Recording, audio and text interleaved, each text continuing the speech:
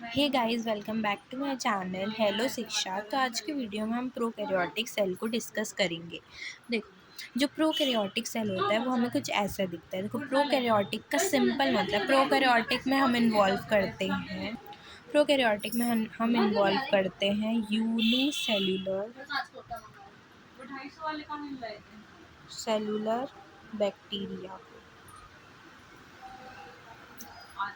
Bacteria को include करते हैं। प्रोकैरियोटिक्स वो होते हैं जिनके पास न्यूक्लियस नहीं होता, न्यूक्लियर मेम्ब्रेन नहीं होती, इनके पास सेल ऑर्गेनेलीज प्रेजेंट नहीं होती। अगर आपने पुराना वीडियो देखा होगा तो आपको पता होगा कि सेल ऑर्गेनेली क्या है। वो ऑर्गेनेली जैसे माइटोकॉन्ड्रिया, क्लोरोप्लास्ट जो डबल मेम्ब्रेन बाउंड या सिंगल मेम्ब्रेन बाउंड होती है, ठीक है। इनके पास 70S type of ribosomes present होते हैं। 70S type of ribosomes are present, ठीक है। इतना बात आपको समझ में आ गया, ठीक है।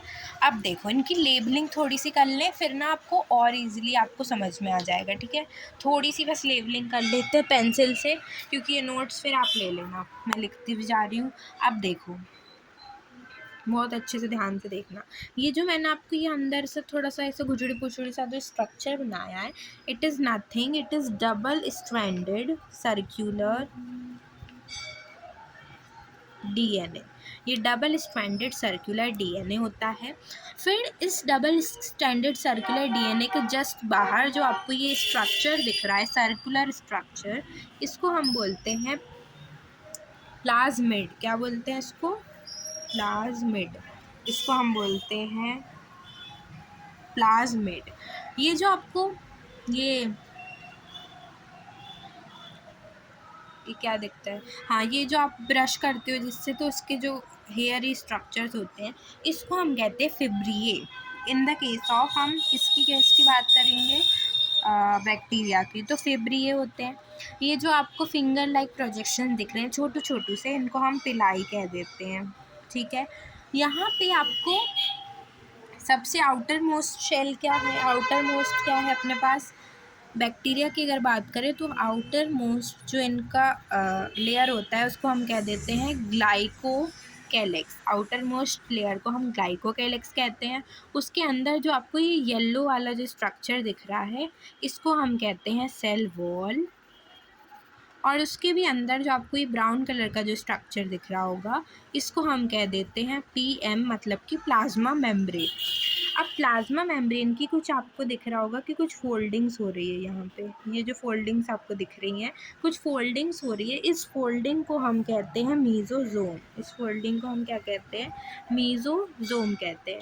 मीजोजोम हमें 3 स्ट्रक्चर्स में देखने को मिल सकता है, मतलब अलग अलग बैक्टीरिया में अलग अलग डिज़ाइंस में पाया जाता है। जैसे कुछ बैक्टीरियाज में वेसाइकल के फॉर्म में होता है, मतलब ऐसे ऐसे ऐसे भी कह सकते हैं, ऐसे। कुछ इसमें होता है हमारे पास लैमिले के फॉर्म में, लैमिले मतलब कि यूं यूं यूं ऐसे करके, ठीक है ना। कुछ बैक्टीरियाज में हमको कैसे दिखता है कि ये ट्यूब्यूल्स के फॉर्म में भी होता है। किस फॉर्म में होता है बिट्टू? ट्यूब्यूल्स के फॉर्म में भी होता है। ट्यूब्यूल्स मतलब ऐसे ट्यूब लाइक स्ट्रक्चर्स कुछ वैसे। तो मीजोजोम जो होता है वो क्या होता है? Inner folding of plasma membrane होता है मीजोजोम। मीजोजोम 3 स्ट्रक्चर्स या 3 उसके शेप बोल सकते हो, 3 स्ट्रक्चर्स में पाया जाता है। अलग अलग बैक्टीरियाज में जैसे वेसाइकल फॉर्म में भी पाया जा सकता है, कुछ ऐसा। लैमिले फॉर्म में भी, जैसे लैमिले फॉर्म मैंने बनाया, वेसाइकल फॉर्म भी मैंने बनाया, ट्यूब्यूल्स। इनका मेन पर्पस क्या होता है मीजोजोम का? ये सरफेस एरिया बढ़ाते हैं, ठीक है। फिर हमारे पास आता है कि प्लाज्मिड का क्या काम होता है। तो प्लाज्मिड का काम होता है, ये एक्स्ट्रा में एक फिनोटिपिक कैरेक्टर प्रोवाइड करता है सेल को। फिनोटिपिक कैरेक्टर मतलब कि रेजिस्टेंस प्रोवाइड करता है सेल को, ठीक है ना। क्या प्रोवाइड करता है? ये अपने पास रेजिस्टेंस प्रोवाइड करता है। इसको हम एक्स्ट्रा क्रोमोसोमल डीएनए भी कह देते हैं, ठीक है। एक्स्ट्रा क्रोमोसोमल डीएनए भी कह देते हैं। रेजिस्टेंस प्रोवाइड करता है, सेल्फ रेप्लिकेटिंग होता है, खुद अपने आप को रेप्लिकेट भी कर लेता है, अपनी कॉपीज़ बना लेता है। वो सब अपन लिखते हैं अभी, ठीक है। चलो, तो पहले अपन लिखते हैं किसके बारे में आपका टाइम वेस्ट ना हो, इसलिए मैं पहले लिख दे रही हूँ, देन मैं आपको एक एक पॉइंट उसको अच्छे से डिस्कस करके बता दूँगी। तो पहले मैं लिख लेती हूँ किसका, मैं पूरा जो भी स्ट्रक्चर्स अपन ने अभी तक देखे हैं। हाँ, एक चीज़ बहुत इंपॉर्टेंट मैं बताना भूल गई यहाँ पे, कि ये जो आपको ये जो स्ट्रक्चर दिख रहा है, ये इनसॉल्युबल फॉर्म में हर कहीं पड़ा रहता है, ज़रूरी नहीं वहीं पड़ा हो, यहाँ भी हो सकता है, यहाँ भी। इसको हम बोलते हैं इंक्लूजन बॉडीज़। इसको हम क्या बोलते हैं, इंक्लूजन। आपको मेरे हाथ से दिख नहीं रहा हो, बड़ा है मेरा हाथ। इंक्लूजन बॉडी, ठीक है, इसको हम क्या बोलते हैं, इंक्लूजन बॉडी बोलते हैं। अब मैं इसका स्ट्रक्चर जो है लिखा है पूरा, इसका मैं पूरा ऐसे लिख लेती हूँ, डीप समरी अच्छी छोटी सी। इसमें हमारा प्रोकैरियोटिक में ख़त्म कर दूँगी, ठीक है। अभी मैं लिख लेती हूँ जिससे आपका टाइम वेस्ट ना हो, आप ईजिली देख पाओ चीज़ों को, ठीक है। ठीक है, अब मैंने पूरी समरी लिख ली। मैंने ना एक चीज़ सोची है, क्योंकि ना देखो, मैंने ना इसके पूरे नोट्स पहले से बना के रखे हैं यहाँ पे, तो मैं इन्हीं से पढ़ा दूँगी आपको। एनसीईआरटी बाकायदा फॉलो करूँगी, जब ज़रूरत होगी इससे समझाऊँगी भी।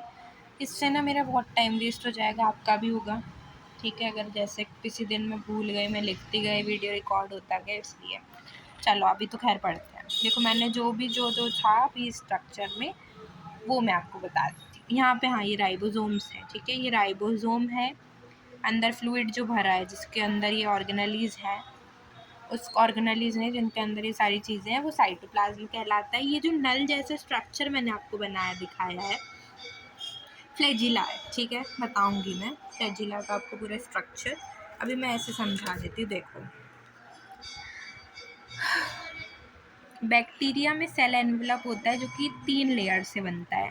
पहली है ग्लाइकोकैलेक्स, दूसरी है सेल वॉल, फिर है प्लाज्मा मेम्ब्रेन। जो ग्लाइकोकैलेक्स होती है वो आउटर मोस्ट लेयर है। अब वो आउटर मोस्ट लेयर है, मतलब कि उसका फंक्शन क्या होगा, प्रोटेक्ट करना सेल को कोई भी चीज़ से, ठीक है ना, बाहर से जो इन्वायरमेंट है उससे प्रोटेक्ट करना सेल से। जैसे कि गार्ड अंकल होते हैं, फैमिली घर के अंदर होती है, लेकिन गार्ड अंकल क्या होते हैं, सबसे बाहर होते हैं। वैसे ही ग्लाइकोकैलेक्स है, बैक्टीरिया का सारा जो मेन चीज़ है स्ट्रक्चर, वो सब इसके अंदर प्रेजेंट है। बट जो हमारे पास जो क्या है, अपने पास जो हमारे पास ये जो ग्लाइकोकैलेक्स है ना, ये अपने पास क्या है, ये आउटर मोस्ट शेल है। आउटर मोस्ट शेल मतलब कि सबसे बाहर प्रेजेंट होता है। तो इसका काम क्या होगा, सिंपल प्रोटेक्शन का काम होगा। फिर अपने पास आ जाती है सेल वॉल, जो कि मिडिल लेयर होती है, बीच में जो आपको दिखती है, it is cell wall. Cell wall का फंक्शन भी मैंने यहाँ लिखा है, देखो सेल वॉल का क्या है, सेल वॉल याद कर लो, रट लो। सेल वॉल जो होती है बैक्टीरिया की, वो बनी होती है पेप्टाइडोग्लाइकन की। किसकी बनी होती है, पेप्टाइडोग्लाइकन की बनी होती है, लिपिड और प्रोटीन से बनती है, ठीक है। ये जो होती है, ये शेप और स्ट्रक्चर प्रोवाइड करती है सेल को, ठीक है ना। जैसे ट्रीज़ होती है, ट्रीज़ को कैसा रिजिड स्ट्रक्चर प्रोवाइड कर देती है। आप ट्रीज़ को काटते हो ना, तो कितनी मेहनत लगती है काटने में, क्योंकि वो जो सेल वॉल होती है वो प्रोटेक्ट कर रही होती है। तो यहाँ भी प्रोटेक्शन का काम कर रही है, रिजिडिटी प्रोवाइड कर रही है, कोलैप्सिंग और बस्टिंग से बचाने में हेल्प कर रही है। कौन, सेल वॉल। याद हो गया, तो फिर से देखो, ग्लाइकोकैलेक्स क्या है अपने पास, आउटर मोस्ट लेयर है अपने पास ग्लाइकोकैलेक्स, उसके अंदर जो मिडिल लेयर है it is cell wall, and inner most is the plasma membrane. अब देखो, जो ग्लाइकोकैलेक्स है वो हमको स्लाइमी लेयर भी मिल सकती है, कैप्सूल भी मिल सकती है। कैप्सूल का मतलब थिक हो सकता है, इरेगुलर, स्लाइमी का मतलब रेगुलर और थोड़ा सा पतला सा हो सकता है। स्लाइमी का मतलब ही क्या होगा, स्लाइमी क्या होता है, स्लाइमी जब बहुत सारे क्या होते हैं, बहुत सारे एक सेल है, उसके पास ग्लाइकोकैलेक्स है, उसका स्लाइमी नेचर है। तो बहुत सारे ऐसे ग्लाइकोकैलेक्स मिलके क्या बनाएंगे, एक मैसिव, एक लार्ज मैसिव, एक वो बना लेंगे, कॉलोनी फॉर्मेशन कर लेंगे। तो कॉलोनी फॉर्मेशन में हेल्प करता है। फिर हमारे पास आ जाता है कैप्सूल। कैप्सूल बेसिकली क्या करता है, कैप्सूल का फंक्शन होता है कि वो ना कोई भी ऐसे बाहर से, जैसे WBC, अब हमारे अंदर क्या हो जाता है, बैक्टीरिया को इन्फेक्शन कॉज कर देता है, तो WBCs फाइट करते हैं। लेकिन जो हमारे पास अगर कैप्सूल की लेयर अगर उसके ऊपर आ जाती है बैक्टीरिया के ऊपर, तो वो उसको WBCs जो है ना, वो बैक्टीरिया को देख नहीं पाते, क्योंकि उनमें कोट लाइक स्ट्रक्चर आ जाता है, कुछ इस टाइप का, बता देती हूँ। कैप्सूल तो खाई होगी सबने, बिल्कुल इस टाइप का स्ट्रक्चर आ जाता है, ठीक है। फिर बात करते हैं जो आपको दिखा था डबल स्ट्रैंडेड सर्कुलर DNA, इसको हम प्रोकैरियोटिक्स के केस में न्यूक्लियोइड कहते हैं।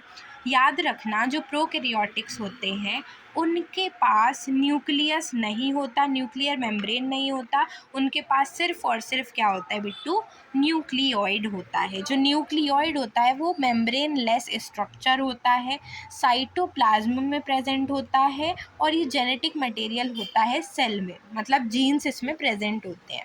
ओके, देन मैंने बोला था इसके जस्ट बाहर जो हमको स्ट्रक्चर देखने को मिल रहा है गोलू गोलू सा, इसको प्लाज्मिड कहते हैं। प्लाज्मिड क्या करता है, प्लाज्मिड एक्स्ट्रा में फिनोटिपिक कैरेक्टर प्रोवाइड करता है। क्या प्रोवाइड करता है, फिनोटिपिक कैरेक्टर प्रोवाइड करता है सेल को। फिनोटिपिक कैसे, क्योंकि ये सेल्फ रेप्लिकेटिंग होता है। सेल्फ रेप्लिकेटिंग मतलब कि ये अपनी और कॉपीज़ बना सकता है, मतलब डिवाइड कर सकता है। आर प्लाज्मिड, हेयर आर का मतलब होता है रेजिस्टेंस प्लाज्मिड, मतलब ये रेजिस्टेंट प्रोवाइड करता है सेल को अलग से।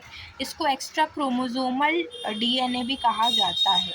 ठीक है, फिर हमारे पास आता है किसका, मीजोजोम्स। मीजोजोम्स क्या था, inner foldings of cell sorry plasma membrane की इनर फोल्डिंग से क्या बना था हमारे पास, मीजोजोम।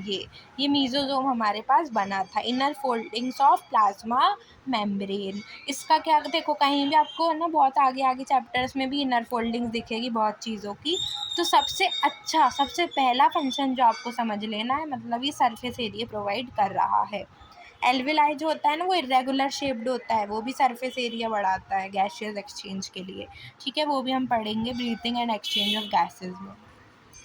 जो इसकी सेल मेम्ब्रेन होती है वो बनी हुई होती है, हाँ। और जो मीजोसोम्स होते हैं वो हमारे पास एनालॉगस होते हैं माइटोकॉन्ड्रिया का।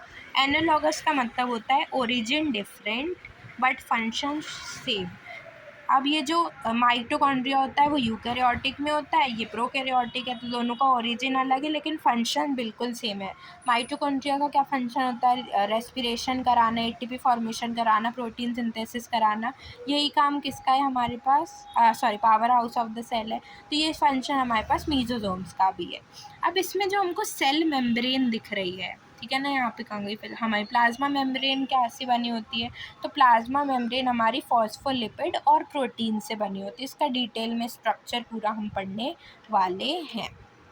ठीक है, आया आपको समझ में। अब देखो यहाँ पे हमने जो ये बाहर के जो आउटर बाहर सरफेस पर जो स्ट्रक्चर्स बनाए थे उनकी बात करते हैं। सरफेस में मैंने यहाँ पे कुछ brush like structures, brush hair like structures बनाए थे।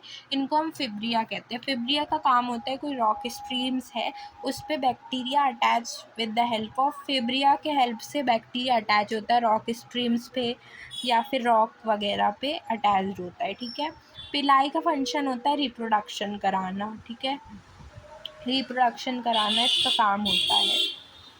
ऐसे स्ट्रक्चर्स को किस, फिंगर लाइक स्ट्रक्चर होता है पिलाई का। अब ये क्या होता है, इन दोनों का ही काम एनसीईआरटी में लिखा है, मोटिलिटी का नहीं होता, मतलब फंक्शन जो है इनका मोटिलिटी प्रोवाइड करना नहीं है। ठीक है, इसमें ना आता है नीट में PYQ आया कि जो फिब्रिया और पिलाए हैं they are involved in motility, तो बिल्कुल स्टेटमेंट गलत है, इनका कोई भी मोटिलिटी में हाथ नहीं होता। अब हम बात करेंगे हमारी लास्ट चीज़ की जो कि है फ्लैजिला।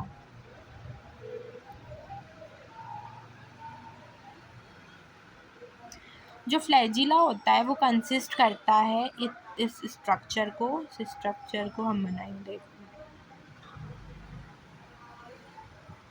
इसको हम कह देते हैं क्या, क्या वो होता है, रुको।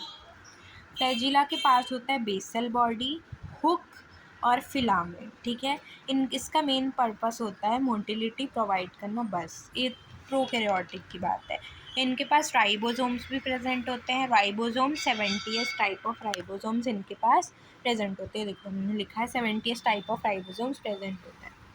प्रोकैरियोटिक यहाँ पे हमारा ख़त्म हो गया, थोड़ी सी चीज़ें बची हैं। इंक्लूजन, जो इंक्लूजन बॉडी जो डॉट डॉट करके जो स्ट्रक्चर दिखाया था वो फ्रीली प्रेजेंट होते हैं साइटोप्लाज्म में। फूड या फिर मिनरल्स को स्टोर करते हैं, मेम्ब्रेन लेस होते हैं, उनके पास मेम्ब्रेन नहीं होती, इनसॉल्युबल फॉर्म में कहीं भी हमको पड़े हुए मिलते हैं। अगर ये फॉस्फेट ग्रैन्यूल्स स्टोर कर रहे हैं, मतलब कि फॉस्फेट को स्टोर कर रहे हैं, ग्लाइकोजन ग्रैन्यूल्स अगर हैं प्रेजेंट इंक्लूजन बॉडीज़ में तो मतलब वो ग्लाइकोजन को स्टोर कर रहे हैं, सल्फर ग्रैन्यूल्स हैं तो वो सल्फर को। साइनोफाइशिया का मतलब होता है स्टार्च। अगर स्टार्च ग्रैन्यूल्स हैं तो वो स्टार्च को वो कर रहे हैं, क्या बोलते हैं, स्टोर कर रहे हैं। हमारे पास गैस वैक्यूल आता है। गैस वैक्यूल का मतलब ही होता है कि ये जो होता है बायंसी प्रोवाइड करता है सेल को, ठीक है ना। इसमें गैस भरी हुई होती है, जैसे कि साइनोबैक्टीरिया जो होते हैं वाटर में फ्लोट कर पाते हैं। क्यों? क्योंकि उनके पास गैस वैक्यूल प्रेजेंट होता है। Purple sulphur bacteria, green sulphur bacteria, ये सारे एग्जाम्पल हैं हमारे पास गैस वैक्यूल्स के, जिनके पास गैस वैक्यूल है। बस